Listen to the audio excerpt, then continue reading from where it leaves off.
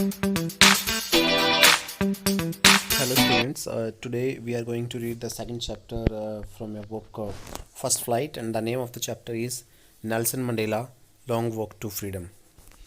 So it is an autobiographical account uh, by Nelson Mandela. He has written his autobiography Long Walk to Freedom, and this is an excerpt from that. So, students, you might have heard this name, Nelson Mandela. He was the first black president of South Africa, and in South Africa, you might have heard in SST or somewhere else that there was a system prevalent in South Africa that was called apartheid system. That was the system of racial discrimination.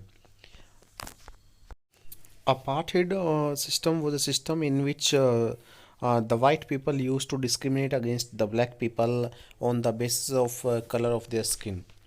So South Africa had this inhuman system, and South Africans, especially the black people in South Africa, they fought against this system for 300 years, and finally, on 10th of May 1994, Nelson Mandela was sworn in as the first black president of South Africa, and democracy was restored in South Africa. So basically, in this chapter is an excerpt from that book, Long Walk to Freedom, which is an autobiography written by Nelson Mandela. And this in this chapter, he talks about his swearing in ceremony, the day, the 10th of May 1994, when he was sworn in as the first black president of South Africa. So, after 3 centuries of white rule, Nelson Mandela became South Africa's first black president, and his party, African National Congress, that won 252 seats out of 400 seats in the first democratic elections in South African's history. And the inauguration ceremony of his swearing in was to take place in the Union Buildings amphitheater in Pretoria, and that was attended by politicians and dignitaries from more than 140 countries around the world.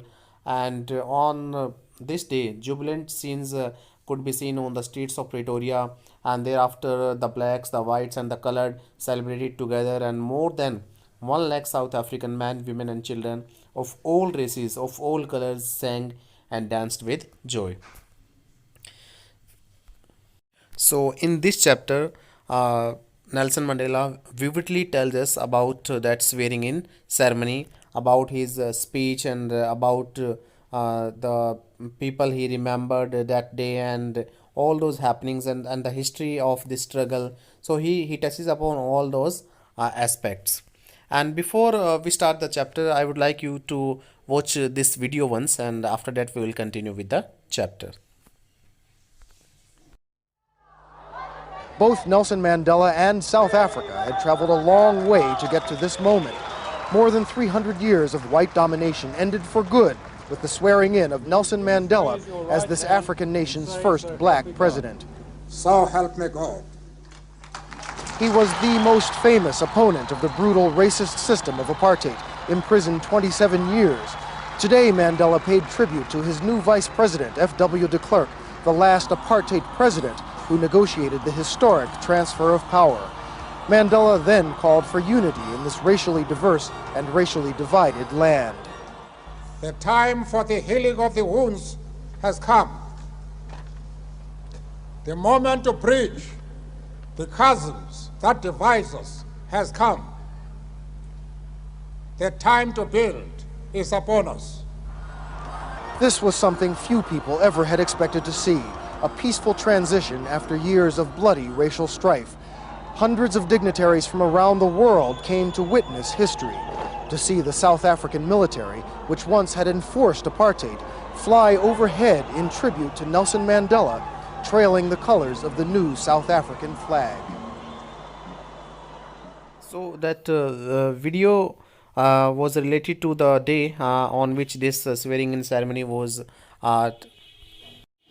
held. That was on the 10th of May 1994. So now we'll continue with the chapter. So Nelson Mandela tells us that 10th May dawned bright and clear. For the past few days, I had been pleasantly besieged by dignitaries and world leaders who were coming to pay their respects before the inauguration. The inauguration would be the largest gathering ever of the international leaders on South African soil. So Nelson Mandela हमें बताते हैं कि जो 10 मई का दिन था वो जो सूर्य सुबह हुई डॉन हुआ, तो डॉन का मतलब यू कैन से सनराइज काइंड ऑफ। तो जब वो सुबह हुई तो वो बड़ी ही ब्राइट एंड क्लियर, आसमान बिल्कुल साफ था, अच्छी धूप खिली हुई थी। और पिछले कुछ दिनों से मैं जो मेरे चारों तरफ एक घेरा सा बना रहता था, जो डिग्निटरीज जो बाहर से जो लोग आए थे इस अवसर पर, हमने फॉरेन लीडर्स को इनवाइट किया था इस हिस्टोरिक मोमेंट पे। तो मैं उन लोगों से बड़े ही प्लेजेंटली घिरा रहता था, मतलब मुझे कोई फ्रस्ट्रेशन नहीं होती थी। अगर मैं उनसे घिरा भी रहता था तो मुझे बड़ा अच्छा लग रहा था। वो लोग मुझे आ रहे थे और अपने रिस्पेक्ट्स वो पे कर रहे थे, मुझे कॉन्ग्रेचुलेशंस दे रहे थे इस हिस्टोरिक मोमेंट पे। और ये जो इनॉग्रेशन होने वाला था, इनॉग्रेशन का मतलब क्या है कि उद्घाटन आप कह सकते हो। तो एक स्वेरिंग इन सेरेमनी होती है जब कोई लीडर इलेक्ट होता है। तो जैसे कि हमारे पीएम इलेक्ट होते हैं तो एक स्वीरिंग इन सेरेमनी होती है, शपथ ग्रहण समारोह बोलते हैं जिसमें।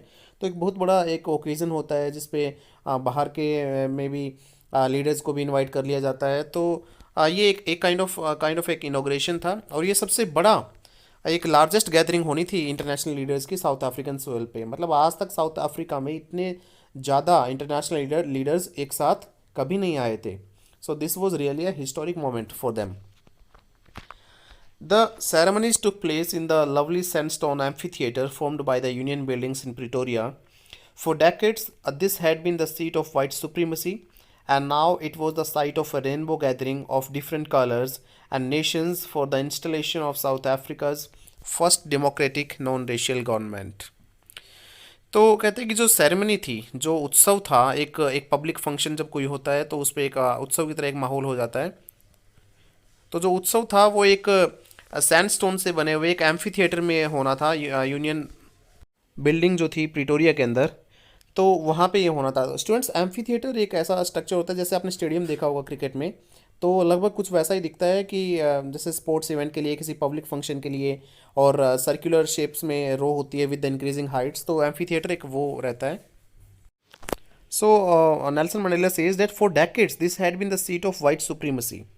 कहते हैं कि दशकों तक पता नहीं कितने दशकों तक, डेकेड होता है पीरियड ऑफ 10 ईयर्स, तो पता नहीं कितने दशकों तक ये जो थी ना, ये जो एरिया था, ये जो यूनियन बिल्डिंग्स का जो एम्फी थिएटर था, ये सिंबलाइज कर रहा था वाइट सुप्रीमसी को। सुप्रीमसी क्या होता है कि जो किसी भी यू कैन से ग्रुप की, आप ये कह सकते हो कि सुप्रीम पावर्स, उन्हीं की प्रभुता, उन्हीं का यू कैन से डोमिनेशन।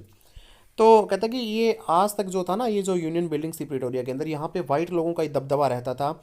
लेकिन आज कुछ नज़ारा अलग था। आज क्या था, अलग अलग कलर्स के, अलग अलग नेशंस के लोग, जैसे कि एक रेनबो के अंदर डिफरेंट डिफरेंट कलर्स होते हैं, उसी तरीके से अलग अलग लोग, चाहे वो ब्लैक्स हो, चाहे वो वाइट हो, वाइट्स पीपल हो, और इसके अलावा चाहे मतलब कोई भी किसी भी तरह के लोग हो जिनके स्किन का कोई भी कलर हो, सभी इकट्ठा हुए थे वहाँ पे। किस लिए? साउथ अफ्रीका की पहली डेमोक्रेटिक नॉन रेशियल गवर्नमेंट के इंस्टॉलेशन के लिए।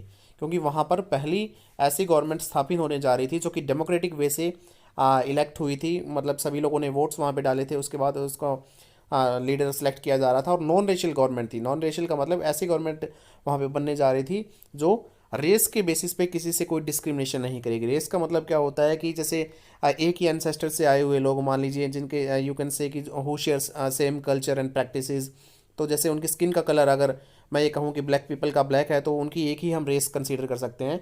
तो जो गवर्नमेंट बनने जा रही थी अभी, जिसके अंदर नेल्सन मंडेला पहले प्रेसिडेंट बनने जा रहे थे, ब्लैक प्रेसिडेंट, वो नॉन रेशियल गवर्नमेंट बनने जा रही थी। नॉन रेशियल का मतलब ये है कि वो ऐसा नहीं कि वो ब्लैक पीपल अगर पावर में आ जाएंगे तो वो वाइट्स के साथ डिस्क्रिमिनेट करेंगे, ऐसा कुछ भी नहीं था। It was a democracy. On that lovely autumn day, I was accompanied by my daughter Janani. On the podium, Mr. D. Clark was first sworn in as second deputy president. तो कहते हैं कि वो प्यारा सा जो पतझड़ का दिन था, जो 10 मई 1994 था, तो मैं उस दिन, मेरे साथ मेरी बेटी कौन थी? जनानी थी। On the podium, podium students आपको पता ही होगा, ये एक रेज प्लेटफॉर्म होता है, जैसे कि असेंबली के टाइम भी हम कह सकते हैं कि जो रेज स्ट्रक्चर होता है सामने, तो वो पोडियम होता है जहाँ से एक स्पीकर एड्रेस करता है गैदरिंग को। तो on the podium mister de Klerk was first sworn in as second deputy president. तो मुझसे पहले पोडियम पे किसको सेकंड डेप्यूटी प्रेसिडेंट की शपथ दिलाई गई? मिस्टर डी क्लर्क को। देन थैबो बैकी वो स्वोन इन एज फर्स्ट डेप्यूटी प्रेसिडेंट, और उसके बाद जो थैबो बैकी साहब थे उनको फर्स्ट डेप्यूटी प्रेसिडेंट की शपथ दिलाई गई। तो हर एक कंट्री का एक डिफरेंट यू कैन से एक जो है सिस्टम होता है। जैसे हमारे कंट्री के अंदर हम we don't have first deputy president and second deputy president, but in South Africa the people have this system. When it was my turn, I pledged to obey and uphold the Constitution and to devote myself to the well-being of the Republic and its people. To the assembled guests and the watching world, I said. तो Nelson Mandela कहते हैं कि when it was my turn, जब मेरी turn I तो मैंने क्या किया? मैंने शपथ ली कि मैं अपने देश के संविधान को ओबे करूँगा और उसको अपहोल्ड करूँगा, मतलब उसकी अवमानना नहीं होने दूंगा, उसे बनाए रखूँगा। Constitution as you know is the supreme law of a country. तो कॉन्स्टिट्यूशन के दायरे में ही सारे काम एक कंट्री में होते हैं, एक डेमोक्रेटिक रेजिम में। एंड मैंने ये शपथ ली कि मैं अपने आप को मेरे रिपब्लिक जो मेरा ये जो है country, Republic of south Africa, और इसके जो लोग हैं उनकी भलाई के लिए अपने आप को समर्पित करूँगा। मतलब मेरा जीवन जो है उन्हीं के लिए डिवोटेड रहेगा। और उसके बाद मैंने अपने स्पीच में जो भी वहाँ पे असेंबल गेस्ट जो थे, जहाँ पे जो इकट्ठा हुए जो गेस्ट आए हुए थे, और जो वॉचिंग वर्ल्ड और जो टीवी पे जो दुनिया देख रही थी इस हिस्टोरिक इवेंट को, तो मैंने उनसे कहा। So his speech starts from here. Today all of us do by our presence here confer glory and hope to newborn liberty. Out of the experience of an extraordinary human disaster that lasted too long must be born a society of which all humanity will be proud. तो Mandela कहते हैं अपने speech की initial lines में, कहते हैं कि आज हम सभी लोग यहाँ प्रेजेंट हैं, तो हम यहाँ हमारी प्रेजेंस इस बात को दिखा रही है कि हम लोग एक शान प्रोवाइड कर रहे हैं इस इवेंट को, इस फंक्शन को, एक ग्लोरी दे रहे हैं हम यहाँ के जो ये नई आज़ादी हमें मिली है। और हमारा यहाँ पे होना इस बात का भी एक प्रतीक है कि आने वाले समय के लिए हमारी उम्मीद भी है, क्योंकि आप सब लोग यहाँ पे इकट्ठा हुए हैं, तो एक उम्मीद है कि आगे यही सिस्टम चलता रहेगा और फिर से कभी कोई डिस्क्रिमिनेशन नहीं होगा। और आगे मंडेला कहते हैं कि जो एक एक्स्ट्रॉर्डिनरी ह्यूमन डिजास्टर हुआ, मतलब एक असाधारण, एक्स्ट्रॉर्डिनरी होता है स्टूडेंट्स असाधारण, इसका प्रोनाउंसिएशन देख लीजिएगा। You will not say extra ordinary, rather you will say extraordinary. So try to say it a couple of times and then you will get a hang of it. Extraordinary human disaster, तो extraordinary होता है students कि असाधारण, जो कि ordinary ना हो। तो कहते हैं कि जो ये असाधारण ह्यूमन डिजास्टर जो हुआ, डिजास्टर का मतलब एक बहुत जो खराब सिचुएशन रही जो इतने लंबे समय तक चली, दैट लास्टेड टू लॉन्ग, कहते हैं इससे एक ऐसे समाज का निर्माण होना चाहिए जिस पर पूरी मानवता को, पूरी मानव जाति को गर्व हो। We who were outlaws not so long ago have today been given the rare privilege to be the host to the nations of the world on our own soil. We thank all of our distinguished international guests for having come to take possession with the people of our country of what is, after all, a common victory for justice, for peace, for human dignity. तो Mandela कहते हैं कि हम लोग, जो मैं खुद आज एक प्रेसिडेंट बनने जा रहा हूँ, उसकी शपथ लेने जा रहा हूँ, कहता है कि कुछ समय पहले तक हम लोग भी क्या थे, कोई ज़्यादा समय नहीं बीता है, हम लोग भी आउटलॉज थे। आउटलॉज का मतलब हम लोग भी यहाँ पे गैर कानूनी समझे जाते थे, और आज हमें ये रेयर प्रिविलेज मिला है, एक विशेषाधिकार मिला है, जिससे कि हम लोग क्या कर सकें, अपनी ही मिट्टी पर दुनिया के देशों के लिए एक होस्ट हो सकें, उनकी मेज़बानी कर सकें। मतलब कुछ समय पहले तो हम खुद ही यहाँ पे गैर कानूनी समझे जाते थे, और आज हमें ये अधिकार मिला है कि हम दुनिया के लीडर्स को यहाँ बुला के उन्हें उनकी मेज़बानी कर सकें। और कहते हैं कि मैं हमारे यहाँ जितने भी डिस्टिंग्विश्ड गेस्ट जो हैं, डिस्टिंग्विश्ड का मतलब क्या है कि यू कैन से कि जाने माने इंटरनेशनल गेस्ट जो है आज आए हैं इस बात के साक्षी बनने, इस बात के गवाह बनने कि जो ये एक विक्ट्री हुई है हम लोगों की, यू कैन से कि ये एक कॉमन विक्ट्री है पूर्व मानव जाति की, न्याय की ये जीत है, ये शांति की जीत है, ये इंसान की डिग्निटी की जीत है। तो इस बात के गवाह बनने, इस बात के साक्षी बनने जो लोग यहाँ आए हैं, जो जाने माने इंटरनेशनल गेस्ट यहाँ पे आए हैं, तो मैं उन लोगों को धन्यवाद करता हूँ।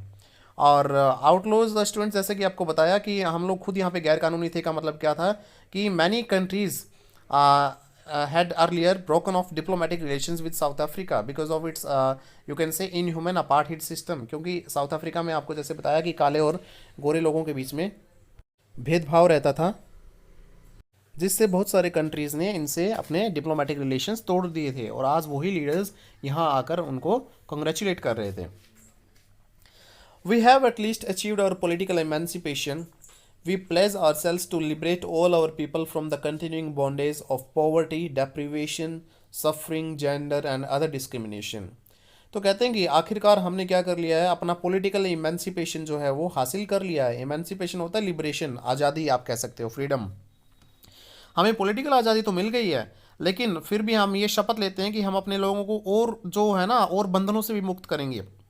वो पॉलिटिकली तो आज़ाद हो गए हैं, लेकिन अभी भी और बंधनों में जकड़े हुए हैं. जैसे कुछ लोग गरीबी में हैं, कुछ लोग वंचित हैं, कुछ लोग किसी किसी दुख से ग्रस्त हैं, कहीं पे जेंडर डिस्क्रिमिनेशन है, मतलब मेल्स एंड फीमेल्स में को इक्वल नहीं समझा जाता, और कहीं पे किसी और तरह के डिस्क्रिमिनेशन मौजूद है. तो हमें उन चीज़ों से भी अपने लोगों को आज़ाद करना है.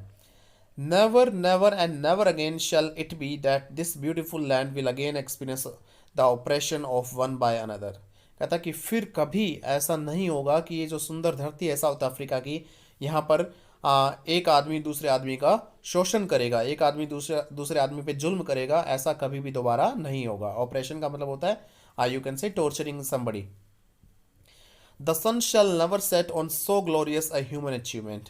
और इतनी जो शानदार ये ह्यूमन अचीवमेंट हुई है, इसके ऊपर सूर्यास्त कभी भी नहीं होगा. सूर्यास्त होने का मतलब क्या है कि ये अचीवमेंट बरकरार रहेगी, इसका कभी भी अंत नहीं होगा. Students have a look at the structure here. So glorious a human achievement, ये एक स्ट्रक्चर टिपिकल देखिएगा आप. सो के बाद क्या है जी, एडजेक्टिव है, उसके बाद क्या है, ए का यूज़ हुआ है. So similarly more structures can be like this कि he is so nice a fellow. ठीक है. So this is also a structure you should keep in your mind. Let freedom reign. God bless Africa. तो उसके बाद Mandela कहते हैं कि आज़ादी जो है उसी का ही साम्राज्य हो, वही रेन करे. रेन का मतलब उसी का ही राज हो, आज़ादी का ही, और भगवान जो है वो साउथ अफ्रीका को ब्लेस करे. So students, before moving on, you will pause this video and you will try to find out answers to these questions given here. Oral comprehension check. Some 5 odd questions are given here, so you'll try to find answers to these questions on the basis of reading done so far.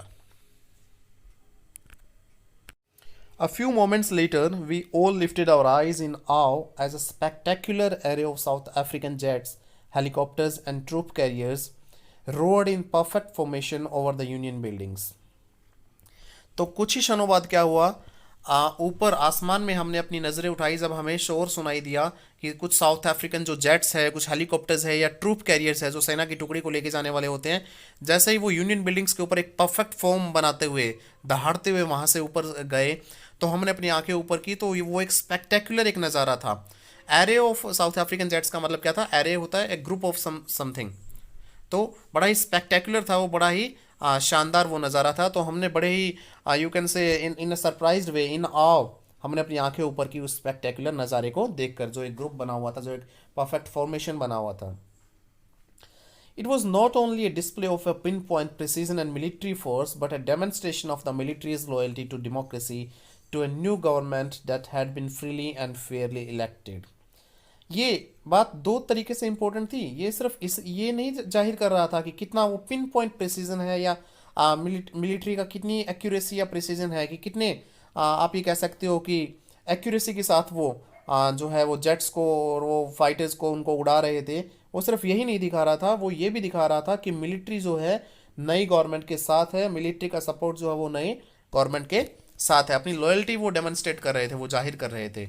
हाँ, क्योंकि कई बार ऐसा होता है कि even after the government is elected then still military does not support the government. So in many countries it happens.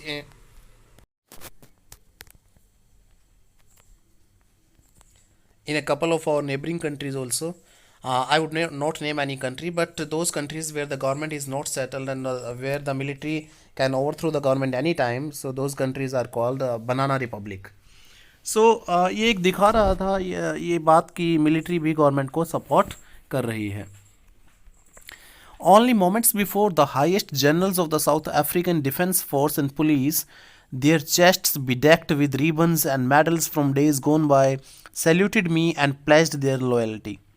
कहता है कि कुछ ही क्षण पहले जो साउथ अफ्रीकन डिफेंस फोर्सेस और पुलिस के जो हाईएस्ट जनरल्स थे और जिन लोगों की चेस्ट पे जो रिबन्स और मेडल्स लगे थे, जो बीते दिनों की बहादुरी के एक प्रतीक थे, उनकी जो चेस्ट थी वो बिडेक्ट थी, वो डेकोरेटेड थी किससे? रिबन्स और मेडल से, और जो कि अब तक के उनके करियर के सफ़र को दर्शा रहे थे कि कितने बहादुर वो लोग रहे हैं। उन लोगों ने मुझे सैल्यूट किया और उन लोगों ने अपनी लॉयल्टी मेरे लिए जाहिर की। उन्होंने शपथ ली कि वो मेरे लिए लॉयल रहेंगे, मतलब कि वो अपने प्रेसिडेंट के साथ हैं। The way in our country there are three generals of three defense forces or armed forces. There are three parts of defense forces like army. General is called army chief. Then air force chief is called air chief marshal, and similarly navy chief is called admiral. So these days there is one more post above all these generals, that is called CDS, that is chief of defense staff. So all the parts of defense forces or armed forces, if I can say, they pledge their loyalty to the democratically elected government. I was not unmindful of the fact that not so many years before they would not have saluted but arrested me. Finally, a chevron of Impala jets left a smoke trail of the black, red, green, blue and gold of the new South African flag. तो Mandela कहते हैं कि मैं इस बात से अनजान नहीं था कि कुछ साल पहले ये लोग मुझे सैल्यूट ना करते बल्कि अरेस्ट करते, और आज वही लोग मुझे सैल्यूट कर रहे थे और अपनी लॉयल्टी मेरे लिए जाहिर कर रहे थे। और फाइनली क्या हुआ, इम्पाला जेट्स का एक शेवरन का मतलब एक वी शेप में ये जो है जेट्स जो है वो निकले और पीछे अलग अलग कलर का धुआं छोड़ते हुए, black, red, green, blue and gold of the new south African flag, एक इस तरह से फॉर्मेशन बनाते हुए कि इस तरह से कलर्स जो कि साउथ अफ्रीकन फ्लैग में होते हैं। आपने देखा होगा रिपब्लिक डे परेड वगैरह पे कि इस तरह से जो ये जेट्स या जो एयरक्राफ्ट्स आसमान में उड़ते हैं अलग अलग कलर का, इवन अपना ट्राई कलर भी वो बना देते हैं धुएं से। So similarly the same thing happen there also. The day was symbolized for me by the playing of our two national anthems and the vision of white singing Kosi Sikileli Africa and black singing Diastem, the old anthem of the Republic. Although that day neither group knew the lyrics of the anthem they once despised, they would soon know the words by heart. तो Mandela कहते हैं कि उस दिन दो national anthems गाए गए। Whites ने गाया कोसी सिकेलली अफ्रीका एंड ब्लैक्स ने गाया जो रिपब्लिक का ओल्ड एंथम था डाइस्टेम। और उस दिन उनमें से किसी भी ग्रुप को अच्छे से किसी भी एंथम के अपने ऑपोजिट एंथम के लिरिक्स याद नहीं थे, मतलब वाइट्स वालों को ब्लैक्स का जो एंथम था उसका के लिरिक्स याद नहीं थे और ब्लैक्स वालों को वाइट के एंथम के लिरिक्स याद नहीं थे, क्योंकि वो उसे डिस्पाइज करते थे, हेट करते थे, नफरत करते थे। बट मंडेला ने होप की कि बहुत जल्द ये लोग बाय हार्ट इनको लर्न कर लेंगे, मतलब इनकी जुबान पे होंगे ये दोनों anthems. On the day of the inauguration, I was overwhelmed with a sense of history. In the first decade of the 20th century, a few years after the bitter Anglo-Boer War and before my own birth, the white-skinned peoples of South Africa patched up their differences and erected a system of racial domination against the dark-skinned peoples of their own land. So, Mandela कहते हैं कि inauguration का जब दिन आया तो मैं history को याद करके ओवरवेल्म हो गया, मतलब मेरे इमोशंस जो थे वो काफ़ी हैवी हो गए थे। So in the first decade of the 20th century, तो 20th सेंचुरी का जो फर्स्ट डेकेड था, मतलब 1901 से लेकर 1910 के बीच में, a few years after the bitter Anglo-Boer War and before my own birth, the white-skinned peoples of South Africa patched up their differences and erected a system of racial domination against the dark-skinned peoples of their own land. तो कहते हैं कि 20th century के first decade के अंदर, मतलब 1901 से लेके 1910 के बीच में, ये जो वाइट स्किन पीपल्स थे साउथ अफ्रीका के, उन्होंने क्या किए, आपसी जो मतभेद थे वो भुला दिए। इससे पहले मैं आपको एंग्लो बोर वॉर के बारे में बताना चाहूँगा। एंग्लो बोर जो वॉर हुआ था वो ब्रिटिश और डच पीपल के बीच में हुआ था। जो सेटलर्स थे, जो बाहर से आके साउथ अफ्रीका में सेटल हो गए थे, और ये दोनों ही लोग वाइट स्किन पीपल्स थे। और इसके बाद इन लोगों के बीच में युद्ध चला, ब्रिटिशर्स एंड डच पीपल के बीच में 1899 से 1902 में। And in 1902 they patched up there differences. उन्होंने आपसी मतभेद बुला दिए थे, and they made peace with each other. The two sides made peace with each other in 1902, and they erected a system of racial discrimination against dark skinned peoples of their own land. तो उन लोगों ने ये फैसला किया कि हम लोग वाइट स्किन पीपल्स हैं, हम आपस में क्यों लड़ें, और हम आगे से जो है डिस्क्रिमिनेशन करेंगे जो डार्क स्किन पीपल्स हैं उनके खिलाफ। तो स्टूडेंट्स, ये जो पीपल्स यहाँ पे वर्ड यूज़ हुआ है, वैसे तो people in itself is plural, but peoples shows a particular group और community, so in that sense it can be use in the plural form also. तो उसके बाद उन लोगों ने क्या किया, अपने डिफरेंसेस पैचअप कर लिए, मतलब सॉर्ट आउट कर लिए, और उन लोगों ने डिस्क्रिमिनेशन डार्क स्किन पीपल्स के खिलाफ करना स्टार्ट कर दिया। The structure they created formed the basis of one of the harshest, most inhuman societies of the world has ever known. तो जो स्ट्रक्चर उन लोगों ने बनाई, वो सबसे क्रूर, सबसे अमानवीय सोसाइटी का उन्होंने एक निर्माण किया, जो दुनिया में आज तक सबसे अमानवीय अगर कोई बात कही जाती है तो वो this system was there. Apartheid system is called the most inhuman and the most cruel system. Now, in the last decade of the 20th century and my own 8th decade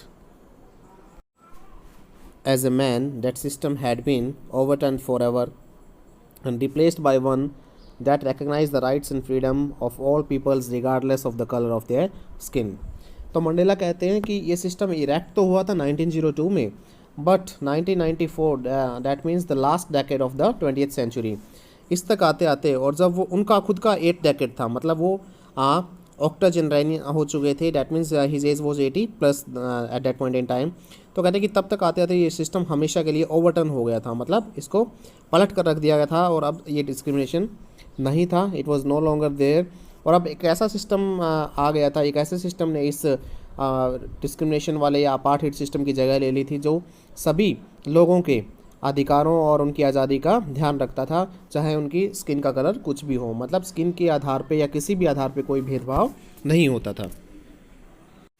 That day had come about through the unimaginable sacrifices of thousands of my people whose suffering and courage can never be counted or repaid. I felt that day, as I have on so many other days, that I was simply the sum of all those African patriots who had gone before me. That long and noble line ended and now began again with me.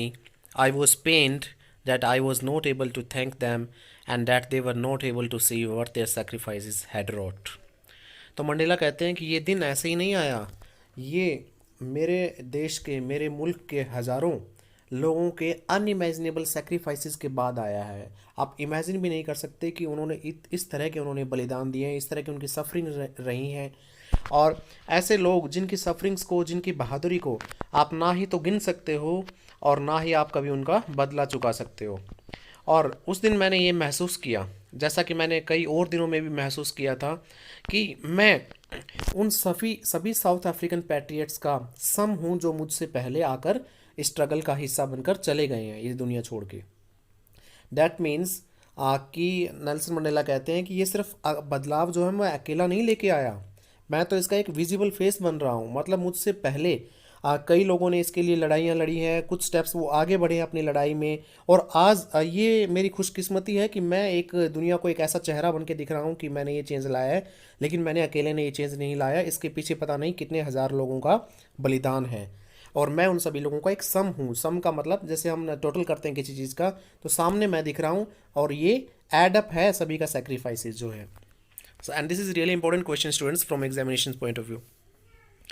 और जो लंबी और जो Nobel line थी लोगों की, और वो मेरे साथ ही एंड हो रही थी और मुझसे ही शुरू हो रही है, मतलब मुझसे जो पहले गए लोग, मतलब वो लाइन मुझ पर एंड हो गई है, और अब भी हमें बहुत सारे और चेंजेस लाने हैं देश के अंदर। We have to lift people out of poverty, we have to end all sorts of discriminations. तो वो कहते हैं कि वो लाइन मुझ पे ही तो ख़त्म हो रही थी और मुझसे ही शुरू हो रही थी, मतलब खत्म होने का मतलब तो क्या है कि आज ये चेंज आ गया है, मुझ पे खत्म हो गई है, लेकिन अभी फिर से शुरू हो गई है मुझसे, अभी और भी बहुत ज़्यादा बदलाव लेके आने हैं। लेकिन मैं दुखी हूँ ये बात सोचकर कि मैं उन लोगों को थैंक्स नहीं बोल पाया, और वो लोग जिंदा नहीं है ये देखने के लिए कि उनका बलिदान आज क्या लेकर आया है, उनके बलिदान ने आज क्या अचीव कर लिया है। रोट का मतलब अचीव्ड।